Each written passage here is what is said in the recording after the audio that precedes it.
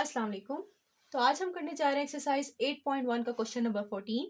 Question के statement के साथ साथ हम थोड़ा सा इसका सोल्यूशन करेंगे।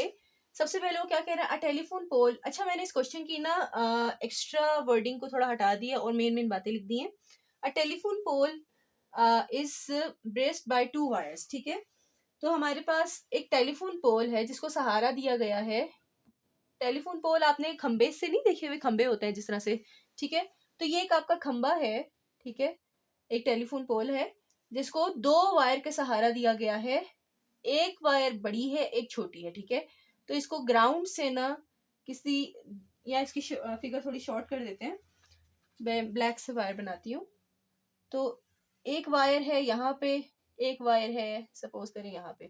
ठीक है, तो ग्राउंड से इस टेलीफोन पोल की दो वायर से ये अटैच्ड है। ठीक है, ये पोल है। क्लियर? तो हमारे पास अब ग्राउंड वाली मेजरमेंट उन्होंने हमें दी हुई है कि both fasten to the ground at 3 metre.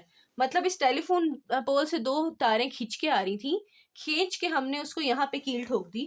ठीक है, ग्राउंड में। और कितने फासले पे कील ठोक दी? जो इस टेलीफोन पोल से कितने हो, 3 मीटर के फासले पे। तो यहाँ से यहाँ तक का जो फासला है ना, वो आपके पास क्या है, 3 मीटर।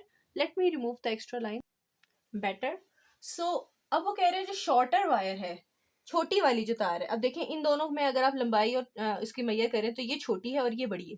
ठीक है, तो छोटी वाली वायर जो है वो बता रहे हैं कि 3 मीटर अबव द ग्राउंड है।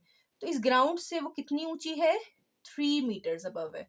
ठीक है, तो यहाँ से यहाँ तक का फासला कितना है उसका, 3 मीटर। और वो जो कह रहे हैं लंबी वाली तार है ना, लंबी वाली तार जो उस पॉइंट तक जा रही है, वो 7 मीटर है ग्राउंड से ऊपर। तो ये ग्राउंड है आपका। ठीक है, इस ग्राउंड से वो कितनी ऊंची है, टोटल हाइट उन्होंने बताई हुई है कितनी है, 7 मीटर। तो अगर मैं आपसे पूछूं बच्चे कि यहां से यहां तक तो 3 मीटर है, तो तो 7 में से 3 मीटर अगर निकाल दूं मैं, तो यहां से यहां तक का फासला कितना बनता है, 7 में से 3 माइनस करके देखें तो ये बनता है 4 मीटर। ठीक है, तो यहां से यहां तक का फासला कितना हो जाएगा, 4 मीटर। क्लियर? अब एक तार आपकी कोई ना कोई एंगल बना रही है, इसको आप कह लें थीटा, और जो दूसरी तार कोई और एंगल बना रही है, जैसे हमने क्वेश्चन नंबर 13 में देखा, थीटा और दूसरा एंगल फाई कह रहे थे जैसे, तो इसको आप कह लें फाई। आप अल्फा और बीटा भी यूज कर सकते हैं, इट्स अप टू यू। ठीक है, आप अल्फा और बीटा यूज कर लें, कोई हर्ज नहीं है। मैं अल्फा और बीटा यूज कर लेती हूँ, सिर्फ ये बताने के लिए कि नाम देने से कोई फर्क नहीं पड़ता, काम आना चाहिए। ओके, सो हमारे पास क्या है, ये सारा डाटा हमने यहाँ पे क्या कहते हैं, ग्राफिकली रिप्रेजेंट कर लिया। पहला जो आपका ए पार्ट है वो क्या कह रहे हैं, एंगल इन डिग्री। उन्होंने कहा था डिग्री में एंगल निकालें। किसका एंगल निकालना है, शॉर्टर वायर का, जो कि वो ग्राउंड से बना रही है। अब शॉर्टर वाली, इसको मैं एस लिख, या इधर शॉर्टर लिख देते हैं, ये वाली शॉर्टर है, ये वाली कौन सी है, लॉन्गर वायर है। ठीक है, तो शॉर्टर वाली ग्राउंड से कौन सा एंगल बना रही है बच्चे, ये रहा ग्राउंड आपका। ठीक है, तो ग्राउंड से एंगल कौन सा बना रही है, अल्फा।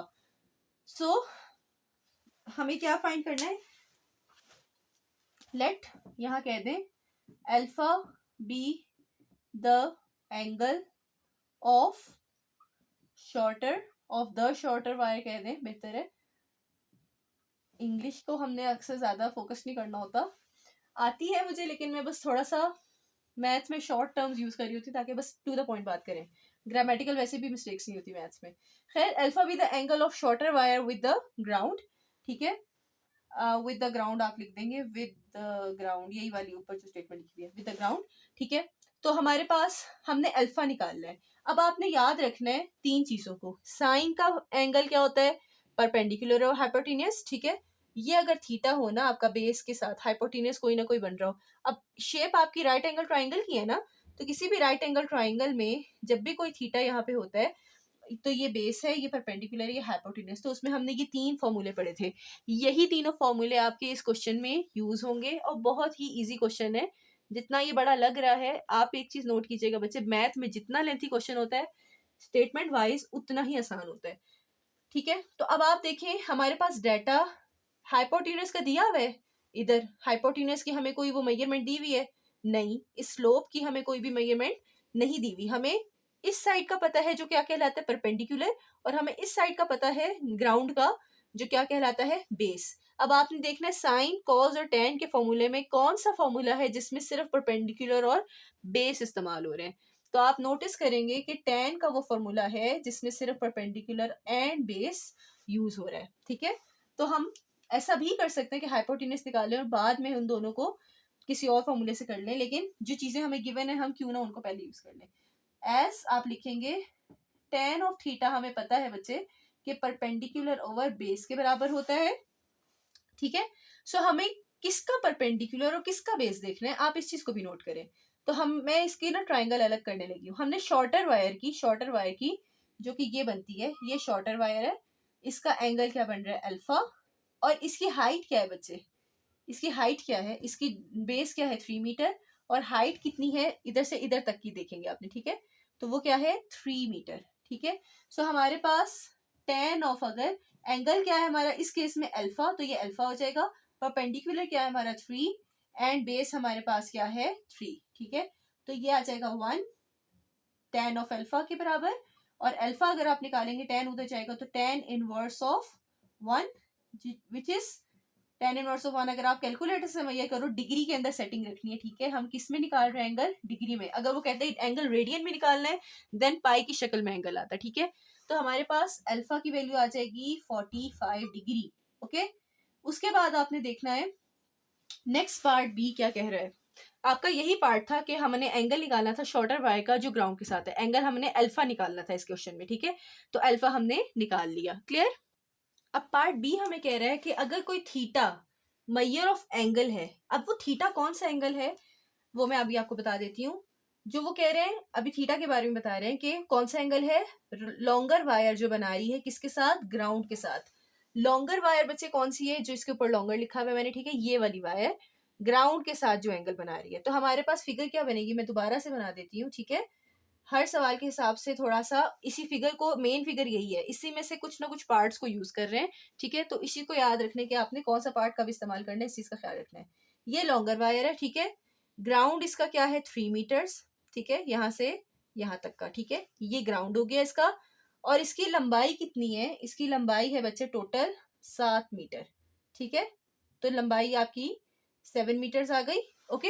अब उन्होंने पूछा क्या है कि थीटा मेजर ऑफ एंगल है लॉन्गर वायर का। तो लॉन्गर वायर का एंगल कहाँ से कहाँ तक है बच्चे, उसकी वायर से ग्राउंड से लेकर उस वायर तक का एंगल ना, दिस इज थीटा। बताने का मकसद ये था। फिगर मैं दोबारा वो पूरी नहीं बनाऊंगी, लेकिन आप नोटिस करें कि ग्राउंड से लेकर वायर तक का एंगल क्या है थीटा। कौन सी वायर, लॉन्गर वाली वायर। तो ग्राउंड से इस वायर तक अल्फा था और इस वायर से दूसरी वायर तक बीटा था। तो अगर ग्राउंड से लेकर मैं लॉन्गर वायर तक चेक करूं तो ये जो टोटल एंगल है वो क्या बन रहा है थीटा, ठीक है।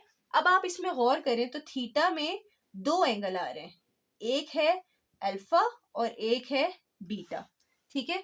तो अगर मैं अल्फा और बीटा दोनों को प्लस कर दूं, मतलब यहां से यहां तक जाना था, ठीक है, यहां से यहां तक अल्फा है और यहां से यहां तक बीटा है, तो मतलब बेसिकली पूरा थीटा किसके बराबर है, अल्फा प्लस बीटा। समझ आ रही है, इधर से इधर तक का टोटल अल्फा प्लस बीटा के बराबर है, ठीक है। तो हमारे पास हेयर लिख देंगे हम, थीटा जो है वो अल्फा और बीटा दोनों के एंगल के सम के बराबर है, ठीक है।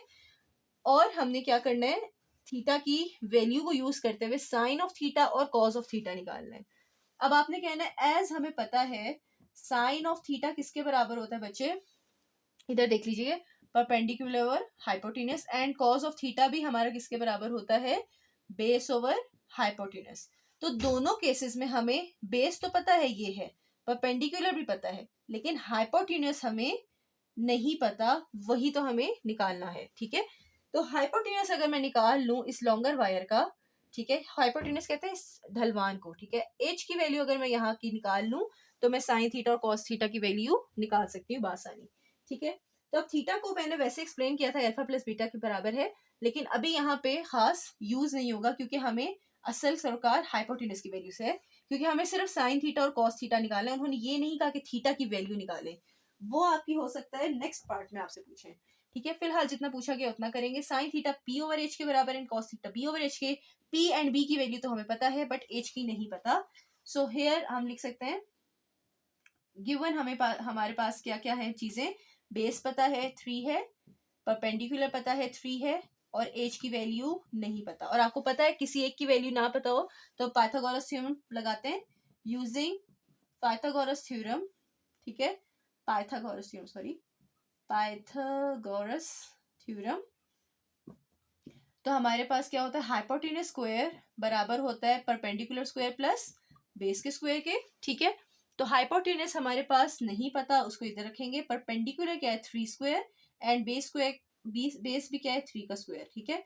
3 स्क्वायर क्या हो जाएगा, 9 प्लस 9, ठीक है। तो ये 9 प्लस 9, एच स्क्वायर 9 प्लस 9 के बराबर है। इसको जरा थोड़ा सा मैं आगे कर लेती हूँ। तो एच स्क्वायर हमारे पास 9 प्लस 9 क्या होता है, 18, एंड एच आ जाएगा, दोनों साइड पे स्क्वायर रूट लेंगे तो स्क्वायर रूट ऑफ 18 की वैल्यू आप कैलकुलेटर से भी निकाल सकते हैं बच्चे। तो आंसर आ जाएगा आपका 3 स्क्वायर रूट ऑफ 2, ठीक है। तो this is the value of H, okay. अब आपने इस वैल्यू को साइन के अंदर और कॉस के अंदर पुट करना है। देयरफॉर साइन ऑफ थीटा क्या हो जाएगा, किसके बराबर बच्चे, पी ओवर एच के, हम लिख चुके हैं पहले से कि साइन पी ओवर एच के बराबर है। तो पी क्या है 3, एच क्या है 3 स्क्वायर रूट ऑफ 2। तो साइन ऑफ थीटा किसके बराबर आ जाएगा, 3/3 स्क्वायर रूट ऑफ 2।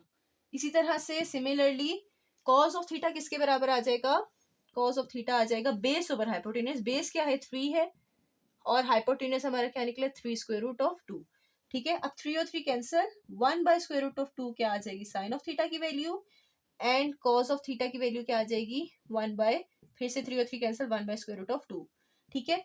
अगर आप चाहें ना बच्चे, इन्हीं दोनों से, इन दोनों में से किसी एक को यूज करके थीटा की वैल्यू आप यहाँ से निकाल सकते हैं, ठीक है।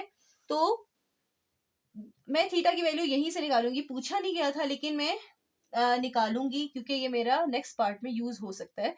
थीटा अगर मैं निकालूं, आपकी मर्जी बच्चे, कॉस से निकालना है साइन से निकालना है, आपकी मर्जी है। तो ये आ जाएगा साइन इनवर्स ऑफ 1/√2, ठीक है। तो square root of 2, sine inverse of 1/√2 करें कैलकुलेटर से, आप देख लें डिग्री के अंदर आपने अपनी सेटिंग्स रखनी है। तो साइन इनवर्स ऑफ 1/√2 का आंसर आ जाता है 45 डिग्री। तो थीटा हमारे पास क्या आ जाएगा 45 डिग्री, ठीक है। लेट मी सी कि हमारा क्वेश्चन बिल्कुल ठीक हुआ है या नहीं हुआ। सॉरी, यहाँ पे देखिए हमारे पास परपेंडिकुलर की वैल्यू मैंने गलत लिखी थी, आई एम एक्सट्रीमली सॉरी।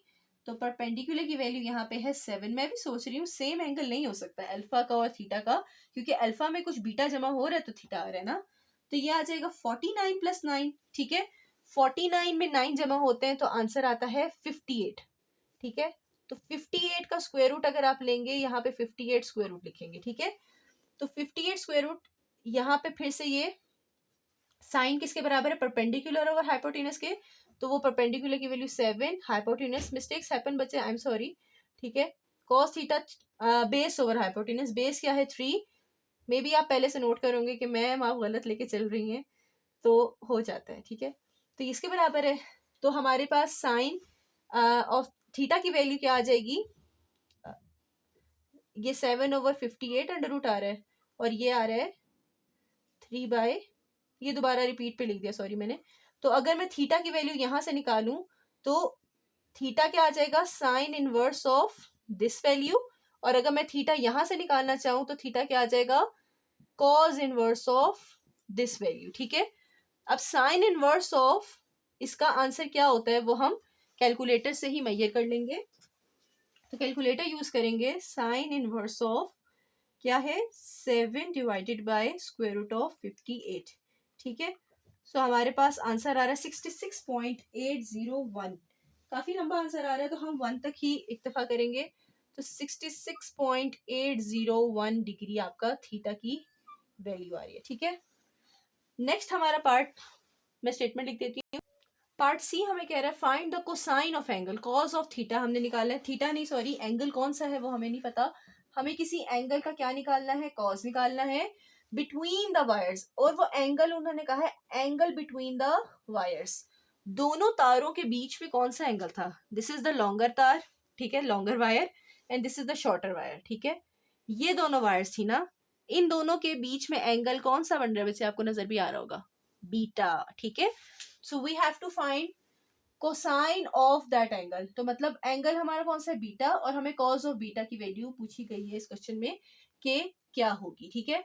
तो उससे कॉस और बीटा निकालने के लिए तो सबसे पहले हमें बीटा की वैल्यू चाहिए ना। बीटा कैसे निकालेंगे, हमने यहाँ पे पढ़ा था बच्चे पार्ट बी में कि थीटा हमारा अल्फा प्लस बीटा के बराबर है। आप कहेंगे एज थीटा हमारा अल्फा प्लस बीटा के बराबर है, तो बीटा यहीं से निकाल लेंगे, थीटा माइनस अल्फा के बराबर आ जाएगा, ठीक है। इसको मैं जरा थोड़ा तरतीब से लिख देती हूँ।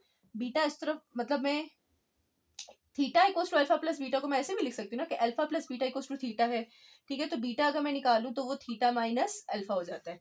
अब आपको बच्चे पता है पार्ट बी से हमने थीटा की वैल्यू भी निकाल ली थी, पार्ट ए से हमने अल्फा की वैल्यू भी निकाल ली थी, दोनों की वैल्यू को मैं यहाँ पे पुट कर दूंगी।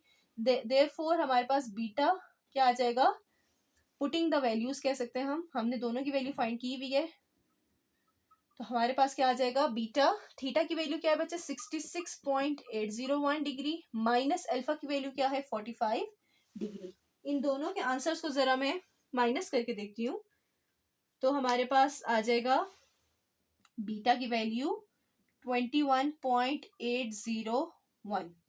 4 भी है लेकिन 4 क्योंकि 5 से छोटा है तो अप्रोक्सीमेट मैं नहीं करी। So this is the value of beta जो हमारी कैलकुलेट हुई है। और इसका हमने क्या निकालना था बेटा, आंसर कॉज निकालना था। तो this implies cause of beta निकालना था ना हमने बच्चे, तो कॉज ऑफ बीटा क्या हो जाएगा, cause of this value 21.801 degree के अंदर कैलकुलेटर की वैल्यू रखेंगे, ठीक है। ये मैंने वैल्यू क्योंकि यूज कर लिया तो मैं अब मिटा रही हूँ पार्ट ए से जो हमने अल्फा की वैल्यू निकाली थी, ठीक है। तो कॉज ऑफ बीटा की वैल्यू क्या आ जाएगी, कैलकुलेटर से निकाल लेंगे तो वो आ जाएगी 0.92847 आ रही है, ठीक है। अगर मैं इसको अप्रोक्सीमेटली देखूं, अप्रोक्सीमेशन कर ले थोड़ा सा, तो 0.928475 से बड़ा है ना, तो ये अप्रोक्सीमेटली 5 हो सकता है, ठीक है। 4 को 5 बना लेंगे। So this is the answer of cause of angle between the two wires which is beta, ठीक है। तो ये आपका आंसर आ गया। नेक्स्ट आपके पास पार्ट क्या कह रहा है, पार्ट डी में वो कह रहे हैं कि find the nearest degree the measure of angle between the wires. तो हमें पता है द मेजर ऑफ, लिख सकते हैं हम कि the measure of angle between the wires हमारे पास क्या है, अभी हमने देखा था बच्चे दोनों वायर्स के बीच का एंगल, इन दोनों वायर्स के बीच का एंगल कौन सा था, बीटा था, ठीक है। तो हमारे पास बिटवीन द वायर्स कौन सा एंगल है, अभी हम निकाल चुके हैं, वो क्या है, बीटा।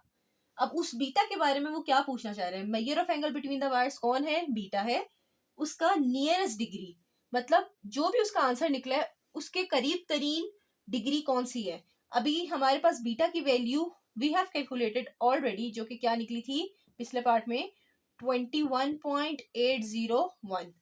द नियरेस्ट डिग्री मतलब 21 को अप्रोक्सीमेशन कह रहे हैं, वो पूछना चाह रहे हैं कि इसको अप्रोक्सीमेट करूं तो नियरेस्ट डिग्री कौन सी बनेगी, इसकी डिग्री विल बी, वो कौन सी बनेगी, अप्रोक्सीमेटली इक्वल टू, मतलब किसके बनेगा, अब ये 8 फिगर है, 5 से बड़ा है तो अप्रोक्सीमेट होके ये 22 बन जाएगा, 1 को ये 2 बना देगा, 1 कैरी कर देगा ना, 5 से बड़ा हो तो अप्रोक्सीमेशन में ये डिजिट बड़ा हो जाता है, तो 1 2 बन जाएगा। 22 degree is the nearest degree which is approximation of 21.801, ठीक है। तो यही हमारा आंसर है। उम्मीद करती हूँ बच्चे आपको ये क्वेश्चन समझ आ गया होगा, इतना मुश्किल क्वेश्चन नहीं था, ठीक है। थोड़े से कॉन्सेप्ट्स आप अगर क्लियर कर लो बच्चे तो ये आपके लिए एक्सरसाइज बहुत ईजी है। उम्मीद है आपको एक्सरसाइज समझ आ गई होगी। अभी के लिए अल्लाह हाफिज।